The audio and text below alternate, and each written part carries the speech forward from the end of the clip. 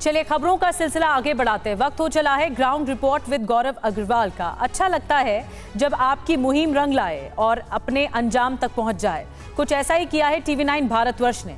हमने आपको ये दिखाया था कि डिलीवरी बॉय किन कठिन परिस्थितियों में, किन कठिन हालातों में काम करते हैं। ना उनके पास बीमा है, ना PF है, खर्च बढ़ रहा है, कमाई दिन प्रतिदिन कम होती जा रही है। कंपनियां उनकी सुनने को तैयार नहीं है। हमारी इसी ग्राउंड रिपोर्ट के बाद केंद्र सरकार हरकत में आई। आज देखिए गिग वर्कर के लिए केंद्रीय श्रम और रोजगार मंत्री मनसुख मंडाविया आज कौन सा बड़ा ऐलान करने जा रहे हैं। इसके अलावा आज हम आपको आपके घर रोज आने वाले डिलीवरी बॉय के घर भी लेकर चलेंगे। उसके घर का हाल आपको दिखाएंगे। देखिए डिलीवरी बॉय, खुशियों की delivery coming soon. Ground report with Gaurav Agarwal.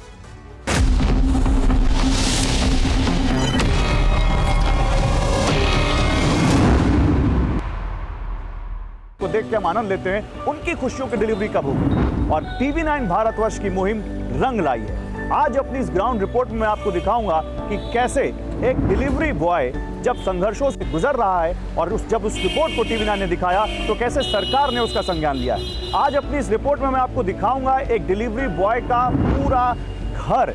कैसे एक डिलीवरी बॉय, अभी तक आपने उनको देखा कि उनको काम में क्या दिक्कतें आ रही हैं, किस तरह से उनकी कमाई कम हो रही है, लेकिन उनका घर कैसे चलता है, उनके घर वाले क्या कहते हैं, आज ये सब आपके सामने इस ग्राउंड रिपोर्ट में मैं लेकर आऊंगा।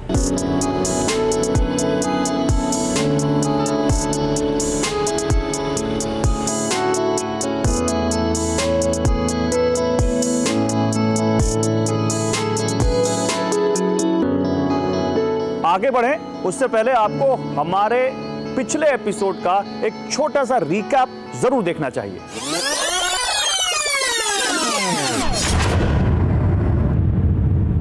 नमस्कार, मेरा नाम है गौरव अग्रवाल और मैं आपसे पूछने आया हूं एक बेहद ही गंभीर सवाल। सपने पूरे ना हो तो आपको कैसा लगता है?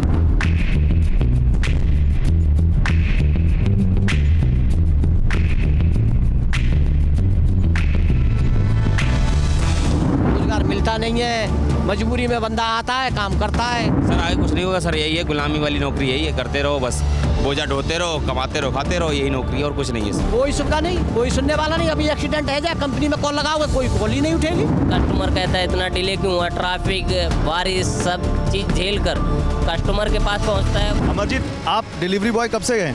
सर 7 साल से कर रहा हूँ समथिंग। 7 साल से। और कहाँ के रहने वाले हो आप? डिस्ट्रिक्ट सुल्तानपुर। डिस्ट्रिक्ट सुल्तानपुर। तो बताओ पढ़ाई वढ़ाई क्या की है?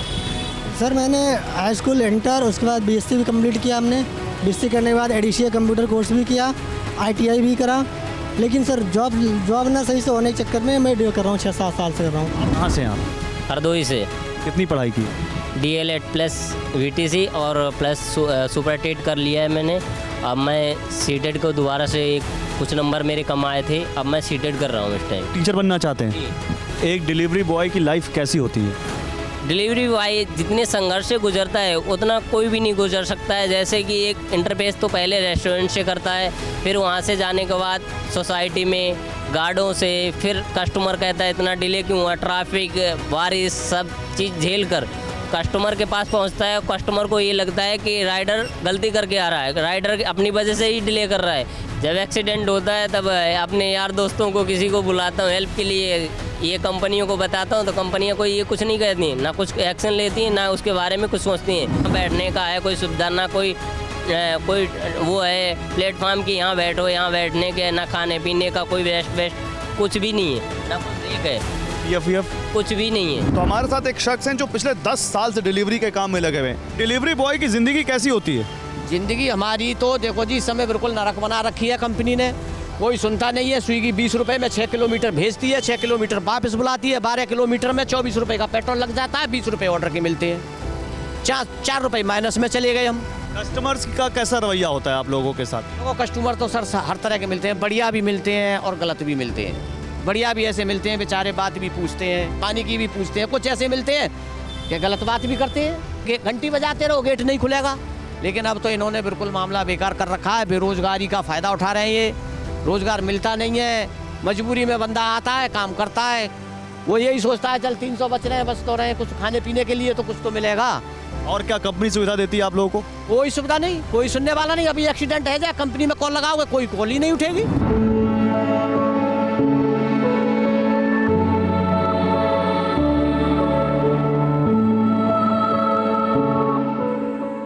तो देखिए, आज हम आपके लिए एक बहुत स्पेशल रिपोर्ट लेकर आए हैं। आज हम पहुंचे हैं दिल्ली से 150 किलोमीटर दूर बुलंदशहर, उस डिलीवरी बॉय के घर जिसकी कहानी TV9 भारतवर्ष पर दिखाए जाने के बाद श्रम मंत्रालय से उनको फोन आया। और आज हम दिखाना ये चाहते हैं कि कैसे वो डिलीवरी बॉय किस कठिनाई से कहां पर रह रहा है, कैसे रह रहा है, क्या और उसके घर की हालत कैसी है उसके। और क्योंकि आज बारिश भी हो रही है, लेकिन बारिश हो रही है फिर भी हमें काम तो करना है। मोकम जी यहाँ पर हमारे साथ हैं। मोकम जी कैसे हैं आप? आइए सर, आ जाएं। चलिए आइए मोकम जी के घर चलते हैं। ये देखिए, ये मोकम जी का घर है, यहाँ पर हम आए हुए हैं। मोकम जी, परेशान तो नहीं कर दिया आपको हम लोगों ने? नहीं। घर भी अंदर आ सकते हैं? हाँ बिल्कुल आ सकते हैं सर, आपका घर है। देखिए, ये मोकम जी का घर है। ये नोएडा में डिलीवरी बॉय का काम 10 साल से करते हैं। हमने इनकी कहानी दिखाई तो इनको श्रम मंत्रालय से फोन आया। आपको किसका फोन आया था? श्रम मंत्रालय से बताई थी कि श्रम मंत्रालय से फोन है। क्या कहा उन्होंने? उन्होंने पूछी थी कि आपका जो है, आपको ये जो TV9 भारतवर्ष वालों ने इंटरव्यू लिया, हाँ। इसमें आपको क्या क्या दिक्कत आती है। हाँ। फिर हमने बताया मैंने कि ये दिक्कत आती है, हम जो है ऐसे काम करते हैं रात में दिन में। हाँ बिल्कुल बैठिए, आप भी बैठिए, आइए। रात में दिन में हम हर समय काम करते हैं, बारिश में, धूप में, हाँ। गर्मी में, ठंड में। तो मैंने कि इसका पैसा पूरा नहीं मिलता है, हमें कोई सुविधा नहीं मिलती है। और मैंने कि पैसे जो पहले मिलते थे उससे और हमारे कम कर दिए गए हैं। आपने ये कहा उनसे? हाँ। तो उन्होंने क्या कहा फिर आपसे? वो बोलेगा हमारी मीटिंग हुई है अभी और इस पे विचार किया जाएगा और आपको जो है दिल्ली बुलाया जाएगा। कब? उन्होंने बताया था कि 15 तारीख के आसपास बुलाया जाएगा। 15 सितंबर? हाँ। इसके लिए मैं TV9 भारतवर्ष वालों का जो है धन्यवाद करता हूँ। और उन्होंने हमारी बात को जो है सरकार तक पहुँचाया और सरकार ने हमारी बात पर संज्ञान लिया। मैं सरकार का भी धन्यवाद करता हूँ इसको। और सबसे ज़्यादा धन्यवाद के पात्र तो TV9 भारतवर्ष वाले हैं इसके लिए। और हमारी तो कोई सुनने वाला था ही नहीं। जिसकी कोई नहीं सुनता उसकी ऊपर वाला सुनता है। उससे पहले हमारी कोई सुनने वाला नहीं था, कोई नहीं सुनता था। घर में कौन कौन है आपके? घर में ये हमारे भाई हैं, हमारी भाभी हैं, बच्चे हैं और बच्चे स्कूल में। कितने लोगों का परिवार है आपका? ये परिवार है हमारा करीब 10-12 लोगों का। 10-12 लोगों का। तो उस जॉब से तो होता नहीं होगा कुछ नहीं होता है, बताया था सर। अभी जो है कुछ कर्जा लेते हैं बैंक से और कर्जा अब भी कर्जा पटता नहीं है, वो फिर चलता रहता है। कुछ प्राइवेट कर्जा भी लेते हैं, जब जाके मुश्किल से घर चलाना पड़ता है। खेती भी करते हैं तो थोड़ी सी खेती है हमारे पास, ज़्यादा खेती है नहीं। तो घर में कौन कौन है आपके? घर में ये हमारे भाई साहब हैं, ये हमारी भाभी हैं, ये हमारी घरवाली पत्नी है और बच्चे हैं। बच्चे स्कूल गए हैं। लड़कियां भी, जो हमारे पास इतना पैसा नहीं आता है कि जो हम लड़कियों को पढ़ा सकें। हमारे यहाँ एक कॉलेज है परदादा परदादी नाम से। अच्छा। वो लड़कियों की ही कॉलेज है, उसमें लड़कियों को फ्री में पढ़ाया जाता है बिल्कुल। अच्छा। गाड़ी स्कूल की आएगी लेने, गाड़ी छोड़ के जाएगी। ड्रेस, किताब, कॉपी, पेंसिल, खाने का जो लंच सब स्कूल की तरफ से ही है। अच्छा।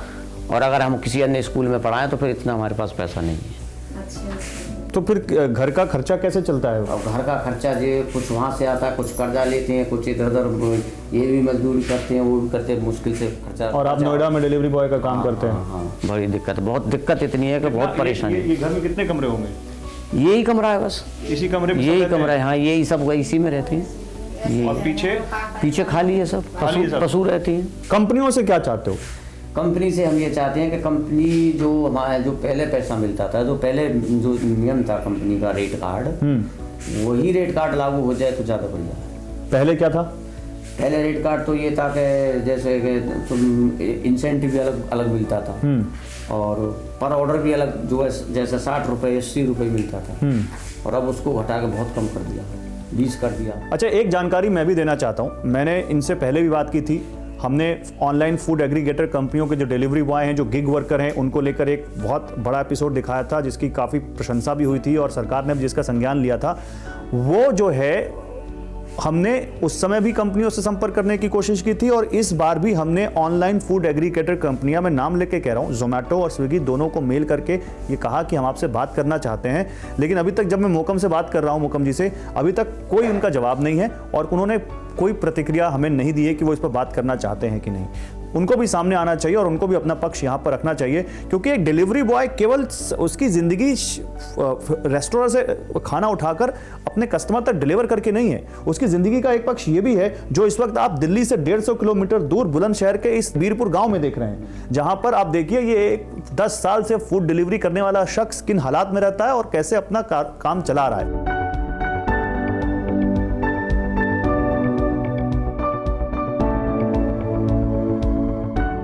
और बात जब डिलीवरी बॉय की खुशियों की हो रही है तो आपको उसके घर को और उसके घर वालों की खुशियों को भी देखना पड़ेगा, क्योंकि एक पारिवारिक आदमी पूरे परिवार से जुड़ा होता है और उसकी खुशियां परिवार की खुशी से जुड़ी होती है।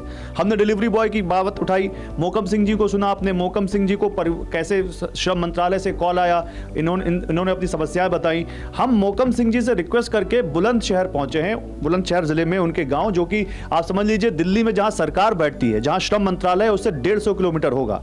अब जरा घर में क्या हालात हैं, घर वालों की क्या इच्छाएं हैं, सरकार से क्या चाहते हैं, जरा उनको भी समझिए। आपका क्या नाम हुआ? सुनीता। चाय बना रही हैं? चाय बना रही हूँ हम लोगों के लिए। धन्यवाद आपका, बारिश में देखिए चाय बना रही हैं। लेकिन सुनीता जी, हम लोगों ने एक रिपोर्ट दिखाई थी, बताया होगा मोकम जी ने आपको, जिसमें डिलीवरी बॉय किस तरह से काम करता है और कितनी कठिनाइयाँ होती हैं। उसके बाद सरकार ने उस रिपोर्ट का संज्ञान लिया। सरकार अब कह रही है कि नहीं, हम पीएफ और इलाज की सुविधाएं देंगे। तो ये सब सुन के कैसा लग रहा है आपको? सही लग रहा है, सुविधा देंगे तो बढ़िया बात है। वैसे आपको लगता है कि डिलीवरी बॉय को जो मिलना चाहिए मिलता है? कहीं मिलता है, कहीं नहीं मिलता। देंगे तो जब तो सही लगेगा। घर का खर्च चल जाता है उस कमाई में? क्या चल रहा है खर्चा, अब हम देख ना रहे कितना महंगाई है। तो फिर कैसे, जब ये आप इनसे कुछ बोलते हो, ये कहते हैं कि भाई कमाई वाई नहीं, तब क्या बात होती? बात होती है ही, और क्या घर में अब ये होती है कि कमाई खर्चा कमाने पैसे नहीं दे रहे सही, तो खर्चा कैसे चलेगा बच्चों का, पढ़ाई लिखाई का, महंगाई का ज़माना। बताओ, इतना महंगाई बढ़ा दी है, क्या करें। और जो हक, जो राइट्स एक एम्प्लॉय के पास है, वो हक, वो राइट्स इन गिग वर्कर्स के पास नहीं होता। हालांकि जैसा कि मैंने पहले कहा कि देखने में लगता है कि इस कंपनी की नौकरी करते हैं, और सबसे बड़ी बात, इनके पास कोई सोशल सिक्योरिटी नहीं है।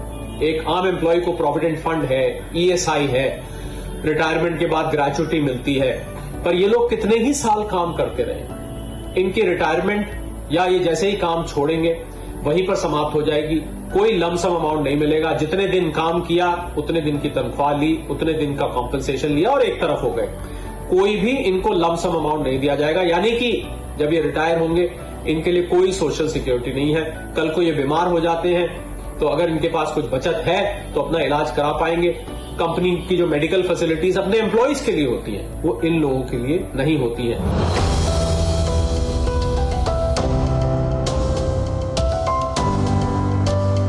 डिलीवरी बॉय, खुशियों की डिलीवरी कब? जब हम इस सवाल को करते हैं तो जाहिर सी बात है कि इसमें सरकार का बहुत बड़ा योगदान है। केंद्रीय श्रम एवं रोजगार मंत्री मनसुख मंडाविया जी इस वक्त खुद हमारे साथ हैं, आइए उनसे बात करते हैं। सर, सबसे पहले तो आपका बहुत बहुत स्वागत है TV9 पर। सर, गिग वर्कर्स एक बहुत बड़ा सेगमेंट है जिसके लिए सरकार में बहुत कुछ मंथन चल रहा है, हमें पता चला है। उन लोगों की समस्याओं का, सोशल सिक्योरिटी का हल करने के लिए सरकार क्या कर रही है, मैं आपसे जानना चाहता हूँ। ये स्वाभाविक है, देश में हर श्रमिक जो मेहनत करता है, रोजगारी के लिए प्रयास करता है और उसको जॉब देते हैं, तो उसकी जॉब को अपने स्वयं की सोशल सिक्योरिटी के साथ कैसे जोड़ना और ये सोशल सिक्योरिटी सुनिश्चित करके अपनी लाइफ को कैसे सुनिश्चित करना, उसके लिए 7.5 करोड़ से अधिक हमारे EPFO में कंट्रीब्यूशन दे रहे हैं और 3.5 करोड़ से अधिक लोग ESIC में अपना कंट्रीब्यूशन दे रहा है। उसमें सरकार भी कंट्रीब्यूशन देती है, एम्प्लॉइज़ भी कंट्रीब्यूशन देता है और एम्प्लॉयर्स भी कंट्रीब्यूशन देता है। तो ऐसी स्थिति में गिग वर्कर्स एक नया क्षेत्र ओपन हो रहा है। एक समय था सबसे बड़ा क्षेत्र एग्रीकल्चर था एम्प्लॉयमेंट के लिए, बाद में मैन्युफैक्चरिंग सेक्टर से रोजगारी का निर्माण होने लगा, सर्विस सेक्टर आया। वैसे अभी गिग वर्कर्स एक नया सेक्टर के रूप में देश और दुनिया में उभरा है। उसमें कई लोग जैसे डिलीवरी बॉय है जो घर घर जाके ई-कॉमर्स के द्वारा जो सामान है वो पहुंचाते हैं, कई खाने पीने की चीज़ें पहुंचाते हैं, ऐसे कई टाइप की एक्टिविटी है। और नीति आयोग के जो भी फिगर है उस फिगर के मुताबिक 7 से 8 मिलियन यानी कि 70 से 80 लाख ऐसे वर्कर्स हैं, तो उसको स्वाभाविक तौर पर उसका लाइफ को सुनिश्चित करना ये हमारी सरकार की प्राथमिकता है। इसलिए उसके ऊपर हमने कंसल्टेशन बातचीत चालू करा है। आपने देखा होगा लास्ट वीक में ही मैंने अनाउंसमेंट करा था कि सब गिग वर्कर्स ई श्रम पोर्टल पर जुड़े ताकि सही फिगर भी हमारे पास आए। और मैंने अभी जो प्लेटफॉर्म है यानी कि एग्रीगेटर्स है उसको भी कहा है कि आप भी उसके ऊपर रजिस्ट्रेशन करिए। उसका प्लेटफॉर्म अभी ठीक हो रहा है हमारे ई श्रम पर, वो 1 सप्ताह में हो जाएगा, तो वो भी आके वहाँ पर रजिस्ट्रेशन करेंगे ताकि एक कॉम्प्रिहेंसिव डेटाबेस हमारे पास बन जाए और बाद में उसको सोशल सिक्योरिटी के एंगल से कैसे चालू करना उसके पर हम तुरंत ही काम कर सकें। सर लेकिन डिलीवरी बॉयज़ जब गिग वर्कर्स जो डिलीवरी करते हैं या दूसरे जिस भी सेगमेंट में काम करते हैं, गिग वर्कर मतलब इनफॉर्मल इकॉनमी में जो काम कर रहे हैं, उनको पीएफ और एम्प्लॉय जैसी बीमा की सुविधा नहीं मिलती है, तो क्या सरकार इस पर भी काम कर रही है? जो ऑनलाइन कंपनियां हैं, जो एग्रीगेटर्स हैं, उनसे इस बारे में बातचीत कर रही है कि उनको पीएफ, बीमा और कुछ ऐसी सुविधाएं दे? उसके लिए हमारे एग्रीगेटर्स के साथ भी बहुत बार कंसल्टेशन हुआ है।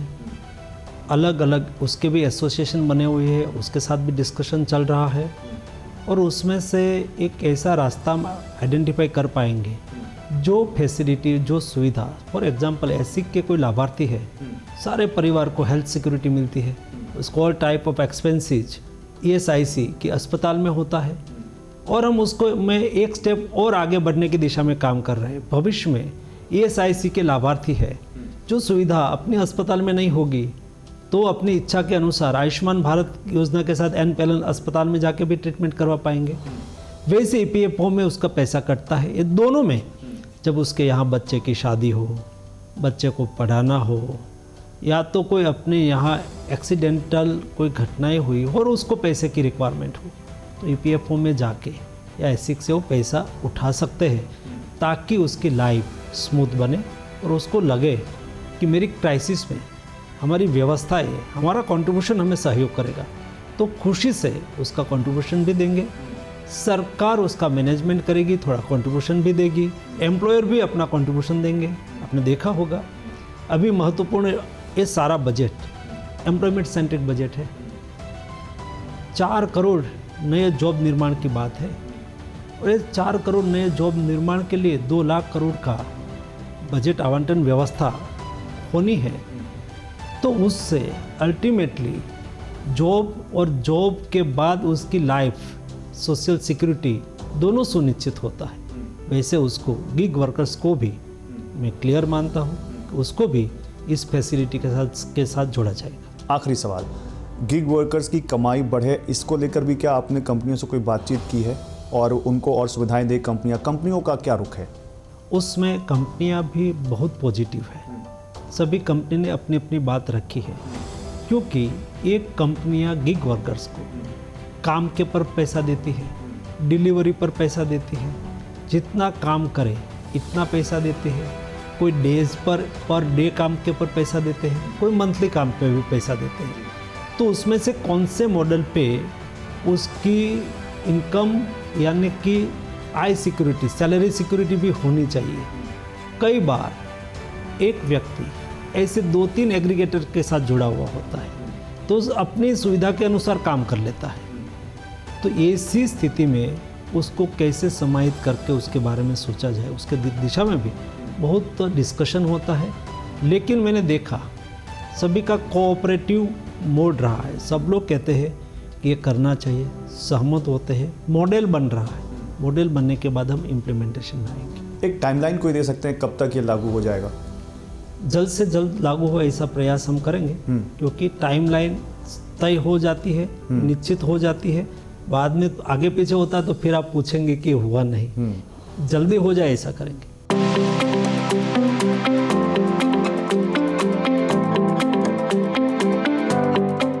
तो सुधीर हमारे साथ हैं। अगर आपने इस स्टोरी का पार्ट 1 देखा होगा तो उसमें आपने देखा होगा कि सुधीर का सपना था शिक्षक बनना, समाज को शिक्षित करना। CTET का एग्जाम दे चुके हैं, जॉब नहीं मिली, मजबूरी में आए इस लाइन में, फूड एग्रीगेटर्स से जुड़े, ऑनलाइन फूड डिलीवरी करते हैं और इनका मानना है कि जो पहले चीज़ें थी उनसे चीज़ें और ख़राब हुई हैं। सुधीर, अभी जब सरकार आप लोगों की बात सुन रही है, एक्शन में आ रही है, तो कैसा लग रहा है? अच्छा लग रहा है और इसके बारे में ज़्यादा से ज़्यादा बेहतर और एक्शन लेगी तो और अच्छी बात हो जाएगी। और बेरोज़गारी तो वैसे ही बढ़ रही है और बेरोज़गारी बढ़ रही है तो और आने वाले समय में इतना डिलीवरी बॉय हो जाएगा, बेरोज़गारी इस हिसाब से रहेगी तो बढ़ता ही रहेगा। नहीं, बेरोजगारी तो वो अलग मुद्दा है। मैं ये कह रहा हूँ कि तुम जैसे जो फूड डिलीवरी बॉय हैं या डिलीवरी बॉय हैं, सरकार उनका संज्ञान ले रही है। सरकार कह रही है कि नहीं, इनको कुछ हम करेंगे, इनके लिए एक मॉडल लाएंगे, इनके लिए कुछ पीएफ बीमा जैसा लाएंगे। खुश हो इससे? जी ज़रूर, श्योर। आज तक तो कोई न्यूज़ रिपोर्टर या कोई भी कंपनियां मेरे पास नहीं आई और ना मेरे पास या किसी डिलीवरी के मुद्दे पे कोई भी नहीं आई कंपनियां। और आज TV9 का शुक्रगुजार करता हूं कि जो मेरी दास्तान को देखने या समझने के लिए आई है, तो उसके लिए मैं बहुत बड़ा धन्यवाद करता हूं। और आगे क्या उम्मीद है? और आगे उम्मीद हमें ये है कि TV9 हमारी आगे तक और बात पहुंचाएगी, तो मैं उसका, हम नहीं सभी भाई डिलीवरी राइडर उनका धन्यवाद करना चाहेंगे। उम्मीद करते हैं आपकी उम्मीदें पूरी हों। Thank you. Thank you. रात चाहे कितनी भी लंबी हो, सुबह का उजाला आना तय है। सपनों की उगती सुबह के लिए संघर्ष करो, क्योंकि उजाले की छांव का आना तय है।